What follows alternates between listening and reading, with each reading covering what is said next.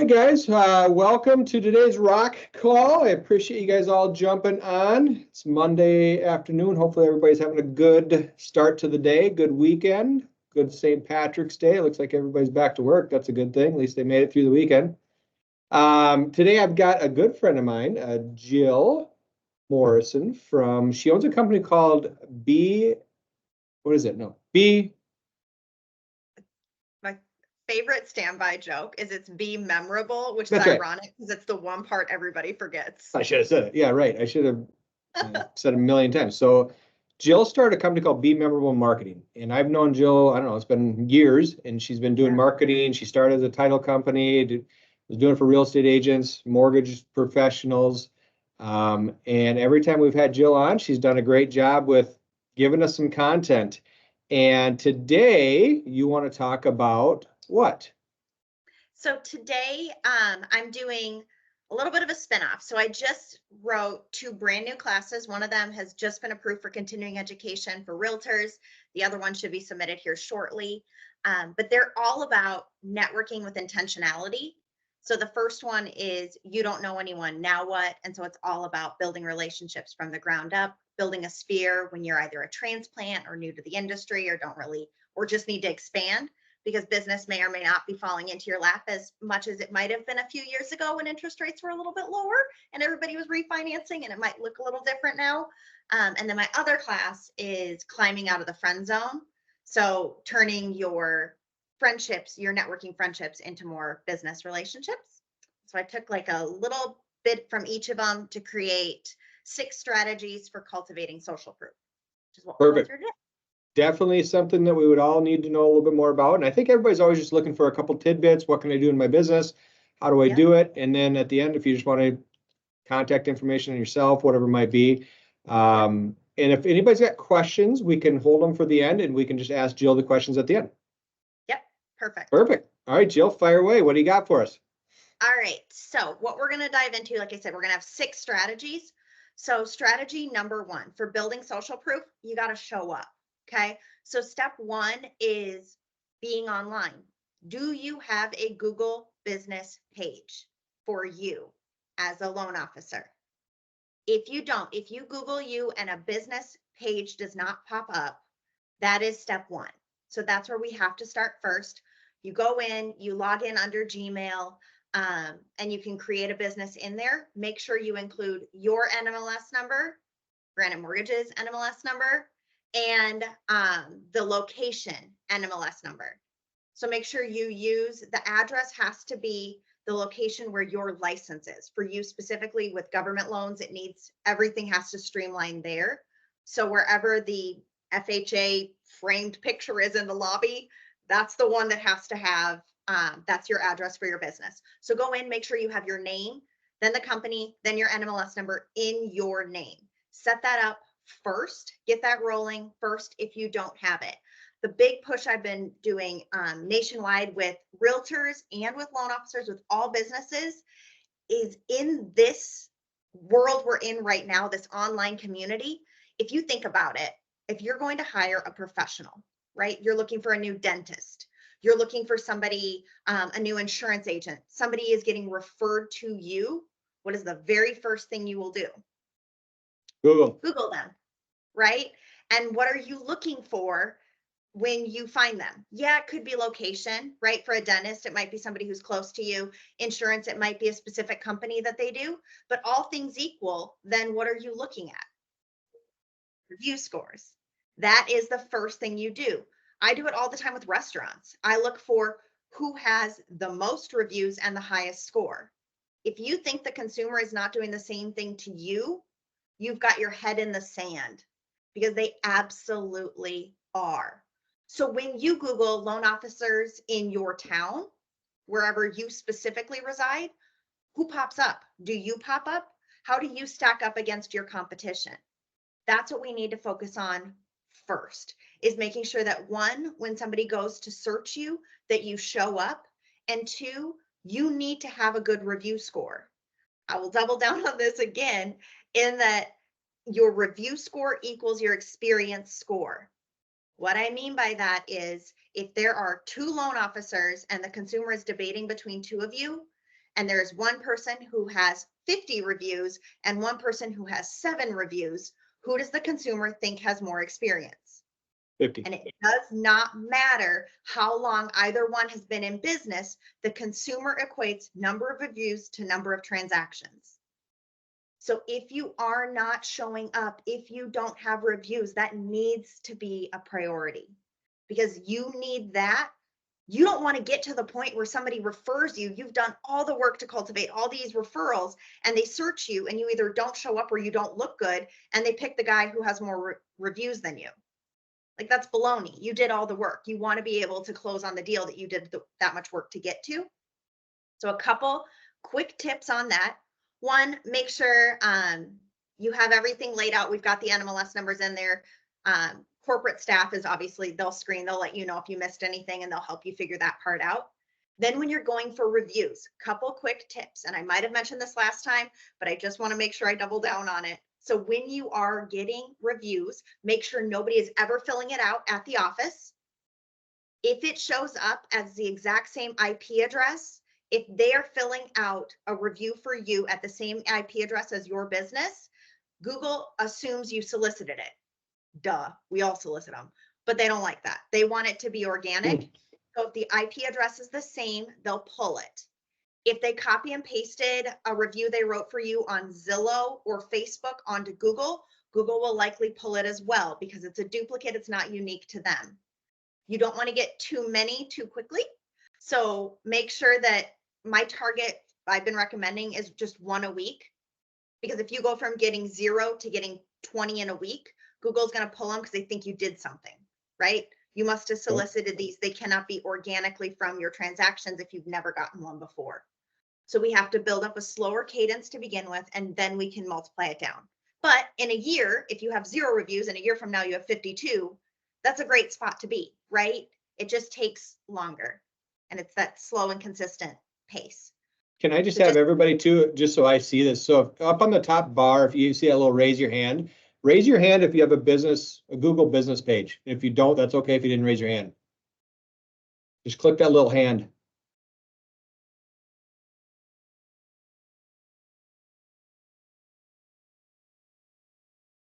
We have a few. So we're talking out of 17 people, 3 people have it? 4? Okay. Obviously a need. Huge need. I would say today, like top priority, just get it started. Because what you'll do is you'll go in and you're going to put in your initial information, and then they're going to send you a postcard or you do a phone call to verify the information. So it's not like everything goes live today. You can do the initial steps today and finish it up and get it rolling out start of next week, probably. So just keep that in mind. All right. So that's number 1 of 6. Okay. Get a Google business page. Okay. Number 2, networking. So getting out there and meeting people. Now, the next chunk of this is a lot of work to get your face out there, to look busy, to show that you're working, to show that you have business. I would like to clarify before I dive into too many of these that there is a difference between business and busyness. And busyness is not going to get you closed transactions. Busyness is not going to get you to the closing table and get you paid. It will help to show that you work, and to show if somebody's looking at you, what they're seeing is it says that you do more than 1 deal every 5 years, and so they can trust you with this transaction. But it's important that you also identify first, before we dive into any of the rest of this, you identify what your tasks need to be to hit your goals this year. How many people do you need to talk to about mortgages each day? How many conversations do you need to have to hit your goal? For the average real estate agent, it's 40 transactions to get to every closed transaction. So that's their side of it. Yours is obviously slightly different, right? Because a lot of consumers start with a realtor instead of starting with the loan officer like they should, because they don't know that. So how many conversations do you need to have? Track those first. Then when you have all of your free time at like 1 o'clock in the morning, or whenever you're not sleeping and thinking about business and can't do anything else, that's when this kind of stuff pops up. Okay. So we've got networking groups. We've got the Chamber of Commerce, show up, hang out, meet people, shake hands, create a mastermind. Get outside of real estate though. I know the initial thing and it's great. Don't get me wrong. Get to know as many realtors as you can, right? Because they're going to be probably the closest to the transaction before you, but they're not the only ones who know people who are moving. So it's good to have intentionality, but don't have complete tunnel vision. Get to know a lot of people. Be a mortgage resource for a lot of people. Be the person that, like, if somebody in their family has a question, they know they can call you. Even if like they work at an auto body shop, they probably are going to buy a house at some point, right? So getting to know them as well. And when you go to these social groups, these masterminds, play pickleball, show up wearing your, say, ask me about mortgages, ask me about real estate, carry a water bottle, have some branded material with you. Not like gross, right? Like don't show up head to toe wearing branded things, but you could occasionally wear a hat when you go to the gym, or a thermos when you go to your kid's soccer tournament, or show up when you're walking around the neighborhood, have a t-shirt on. That way people get to know you subtly and you become their resource. Then coming out of, so that's 2, getting out there, getting involved, networking groups, seeing people, meeting people, going around. One-to-ones. This is where, if you've been in a networking group before, you've heard this time and again, it is like BNI's thing, right? Schedule the one-on-ones, get to know people. When you go to a chamber event, if you pick up business cards, schedule coffee with people out of it. Get to know them. Get to know people intentionally instead of just showing up, smiling and waving and leaving the meeting, right? A great way to do the one-on-ones is, I've heard 2 different things recently that I really liked. One was to get 3 nouns out of it. So when you are meeting with a person, walk away with a person you should get to know or follow or see, a place to check out or to go to, and a thing to do, a book to read, a podcast to listen to, a person, a place, and a thing out of every one-to-one. It keeps you intentional. It makes sure that you're not just BSing for an hour and going home and wondering why it didn't advance anything, right? Rapport is part of it, but this is also business. The other part is, so BNI, God bless them, not my jam. I did that 10 years ago for 3 years. I did my time. I'm not doing it again. No shade. If you're in it and you like it, I love that for you. However, they have done the work, they have the resources. So one of the things that I thought was really cool that they have is they call it the GAINS worksheet, GAINS. Here's what it stands for. So these are the questions, the 5 questions you should ask or information you should gather in a one-to-one to really keep it intentional. The G stands for goal. What is your goal for this year? Anybody who is going to a networking group has a goal for this year, right? They're probably in some form of sales. They know how much they need to do this year. They have a goal, personal, professional, whatever, they have one. Ask G is goal. A, accomplishment. What is something they've done recently that makes them super proud? What is something they've accomplished personally or professionally recently? People love to talk about themselves. Give them an opportunity to brag about something cool they've done. Or I'm sure it'll be like their kid made something really cool too, right? Happens, but they're also super proud. What makes them proud right now? Interests. What do you like to do in your free time? It's a great way to build rapport quickly. Networks. N is networks. What other groups are you a part of? What other areas do you network? Where else do you belong? That can also help you to figure out, wow, I didn't realize they were so connected to blank. That's super great. Maybe they are a part of a carpet layers emporium, and now they have connections to all these carpet layers, and carpet layers tend to know people right before they're ready to move, right? A lot of people will get new carpet, get their carpet restretched, get it cleaned right before they're going to list their house. Isn't that a good time for you to get to know them too? Because they're probably going to need to buy something later. Maybe they know a lot of people from mom's group who recently or are going through divorce or might go through divorce. Are divorces not a great spot for loan officers? Let's be real, because you could refinance, right? Because that they need to do that to get their name off of it. And then could you maybe get 2 deals out of it? I'm not trying to be shady, but I'm just trying to call out the facts here. It's not a bad spot for you to be in. So maybe they are in parts in other networks or associations that could be a great catalyst for you or a great connection for you that you might not have thought of. Last thing, skills. S stands for skills. What differentiates you when you're asking them? What is the skill that differentiates you from your competition? What makes you unique? Why should I refer you? Let them brag a little bit. So we've got gains, goal, accomplishment, interests, networks, skills. Asking those 5 questions, you're going to be able to build rapport, connect with them on their goals, and help identify how you can get referrals to them and how they might have other referrals for you as well. That's number 3 of 6. Number 4 is the perfect lead in. Give to get. So after we have those conversations and we know their goals, then we can ask questions such as, who is your ideal referral? Who can I refer to you? Who knows your ideal referral before you? And maybe lay out an example of what that might look like. Because maybe for you, a CPA or a divorce attorney knows your ideal referral before you. That is a better referral, obviously, than an end user, right? We can get 5 deals instead of 1. So when you're having those competitions, know who your ideal referral is, who knows your ideal referral before you, and then ask them. Because I love this. I think this works like a charm in Minnesota. If you give them a referral first, then they feel obligated to give you a referral, right? They want to pay it back. It's the Minnesota nice trickaroo, right? If you give them a referral first, then the next time an opportunity presents itself, they're already looking for a way to pay you back. You're now top of their mind.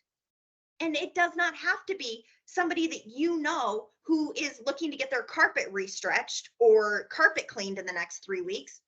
Maybe it's a property management company. Maybe it's one of your clients who owns multiple rentals. Think of who might be a good referral partner for them if you don't have a specific referral for them. There's always opportunities to open that door. And do small ones first. I used to do this where I would start to build up. I like to think of it as like referral traction, where we're starting to send stuff back and forth on small things. Do you need new pens? Are you looking for a new place to get your oil changed? Are there opportunities where they can refer somebody from their network to you? It can start small and just start to build it up from there. Look busy is number 5.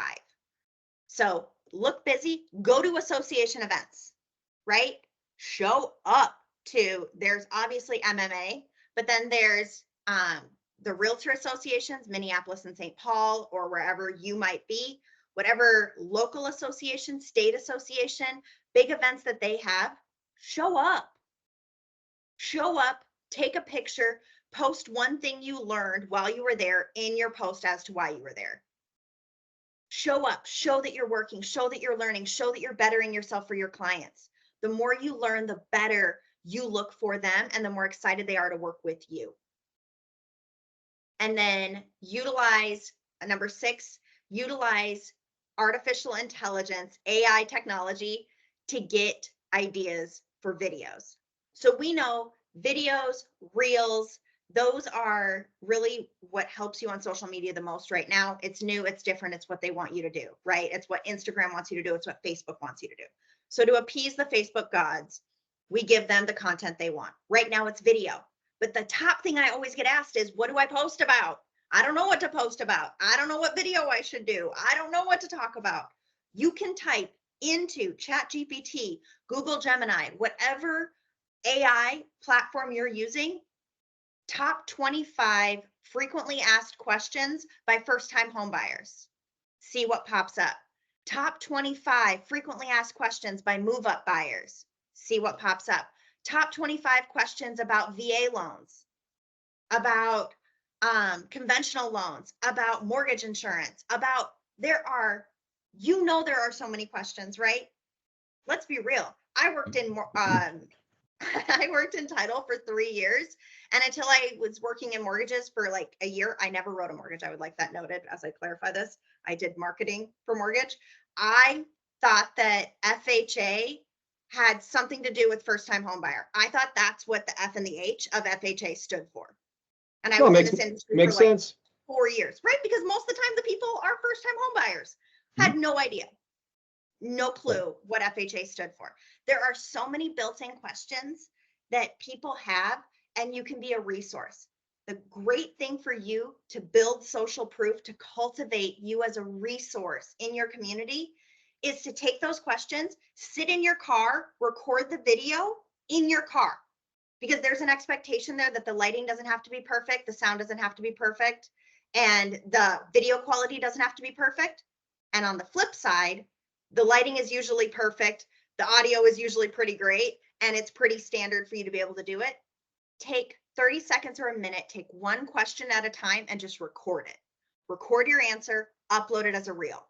Well, and Jill, real quick to you, you said use AI, and maybe some of our people are like, geez, I don't use it ever. So give us some apps that are like 3, you said ChatGPT. I would suggest all of you just put it on your phone, save it as an app. What other ones do you have? Just so you've got one you can use. Yeah, so my personal favorite, it used to be called Google Bard, and then they just rebranded it as Gemini, and that's who I use. It's through Google, it's free. You don't have to set up an account. ChatGPT, I think you do. And then the updated one, sometimes you have to pay for. The best advice I can give you when you're using AI is to get as specific as possible. Imagine you are trying to direct a teenage boy to find the mustard in the refrigerator from another room, right? Look behind this, on this shelf, back corner, right? If you think about how you would like articulate that to a teenage boy in another room, that's how you have to talk to AI. I want it to sound like this, in this voice. This is what I need it to say. Don't keep it broad. If you keep it broad, you're going to always be disappointed. It will blow your mind how specific you can get and how incredible it is. Well, and you My can boyfriend even and I go have used deeper. it. And you can even go deeper after your first question. Let's say, what should I say to first-time home buyers? You get in, you're like, it's not that great. What can I say to first-time home buyers about down payment? Then it'll give you more. So just ask the second question, third question, it just gets it real defined, right? Really, really defined. And always say, when I'm doing it for, I do social media for a couple industries that I don't know anything about, including logistics and like a computer software for auto body shops. Could not know less about either of those topics. However, when I use AI to write the social media captions, it does a great job. And I will always say, in the voice of an experienced third-party logistics company. So have it say, like if you're writing a social media caption with a call to action, I would include that in there too, because it's really good at having a good call to action. Then say, in the voice of an experienced loan officer based out of Minnesota, North Dakota, Colorado, wherever you are, and be super duper specific. And then if you have to like pan out or ask more, as Brian said, you can, but you will be blown away. I had it create an entire menu that could go with the movie Creed. I kid you not. And it came up with an entire menu with recipes and everything. Like, it is incredible what it can do. Use it. It's a free leverage tool. And use it for your videos. You can also, if you really want to cheat the system, have it come up with the frequently asked questions, to copy and paste one and ask it to write you a script for a 60-second social media video explaining this topic. And then it will give you a script that you just need to edit a little bit and you can record it. Awesome. Doesn't have to be complicated. All right, I only have 4 minutes left, so I want to see if there were any questions. Well, give us the 6 again, right through, just bullet points again. Create a Google business page. Be sure to start securing 1 review a week. Get your face out there with networking groups. Show that you're there. Join the chamber. Create a mastermind. Join a pickleball league. Get out and meet people. Wear some subtly branded stuff. Do one-to-ones. Get to know the people that you meet at these events. So find your 3 nouns, your person, place, or thing, and do your gains conversation, goals, accomplishments, interests, networks, skills. Ask those questions, get to know people, really get to know them. Number 4, give to get. Find a way that you can give a referral first. Even if it's not a direct consumer need, it might be a great way you could help them. 5, look busy. Get out there in real estate related ventures. Pop by open houses. The parade of homes is starting here really shortly. There's a lot of opportunities to look busy, do it, and post about it. And then number 6 is AI for frequently asked questions. So utilizing AI to help you build out video scripts that you don't have to think about. Perfect. All right, guys. Let's give Jill a couple of questions. What do we have for a question on any of those 6 or anything related to marketing? Take yourself off mute so I know you're coming. I have a question. All right, Nicole. If you were to get a bad review on and it wasn't like legit, are you able to remove it? Yep. So you can report it if it's not legit. If they were not actually your customer, you can appeal it and usually get it removed. Another thing is in the interim, if you get a negative review, and I might have mentioned this on this class before, we got one when I was working in mortgages where this lady filled out the loan application. She put her husband's name first, her name second. So he was first named on the mortgage. Then she was pissed off that all the mail went to him and not to her and then she said we were sexist. She did it. That's just the way it works, right? That's how the 1003 works. Fine. So what we did is we just went in. She gave us a 1-star review for that because we were sexist. And I said, I'm so sorry. Tried to explain briefly, didn't matter what was going on. I said, we'll add you to the mailing database so that you can receive all future mail. I'm completely sorry for this. And she actually updated it to a 5-star. So if they didn't use you, you can get it removed because they didn't use you. And you can also say, I'm so sorry, I can't find you in our database. Can you please send me an email with your exact concerns? I would love to help resolve this with you. And it subtly invalidates them as a 1-star. Not trying to be an ass, but it kind of goes. And then the other side is then if you were in error or if there's anything you can do to resolve it, acknowledging it and how you're going to move forward and make it better. The average consumer understands that random people have bad days and leave bad reviews and they don't put too much weight in it. I just feel like a lot of people, like when they write reviews, it's like sometimes they just go for bad ones. So that was my concern about having a Google page. I mean, not that I like doing like reading the majority of the stuff I do right, but 69% of people will leave you a positive review if asked. They just Really? need to be asked. Okay. Yeah. Thank you. Good question and good fear. I get it. Who else has a question?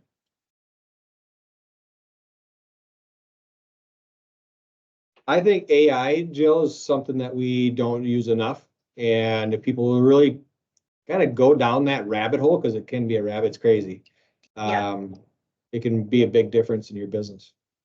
Absolutely. It is that's a class I should have launched by this summer, is utilizing it as a free assistant.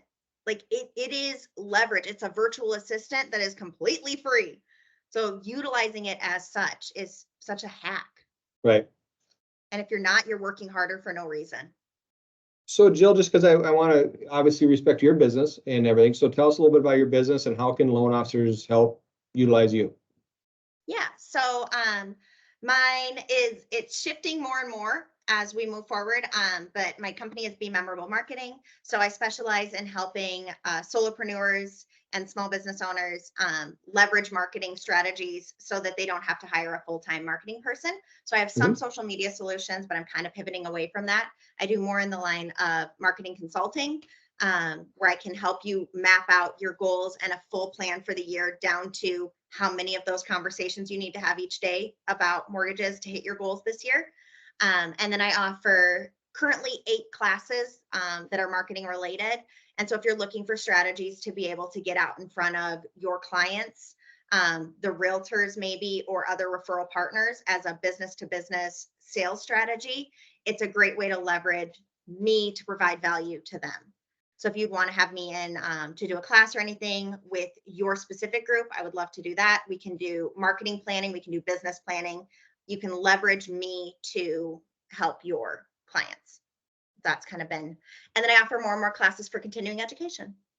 So that's it. Perfect. And And your Brian, can you website, send us? yeah, I can send it to you, but your website is BEE-memorable.com. like bee as in the insect. Yes. Perfect. Again, a good marketing ploy. I like the bee. So. Thank you very much. Well, Jill, thanks for coming on and sharing some insight and giving us your 6 steps to being successful. We appreciate your time again. Absolutely. Thanks so much for having me on, guys. All right. Thanks so much for the time, and we'll talk soon. Sounds good. Bye, guys. All Have a right. happy Monday. Take care. Thank you. Yep.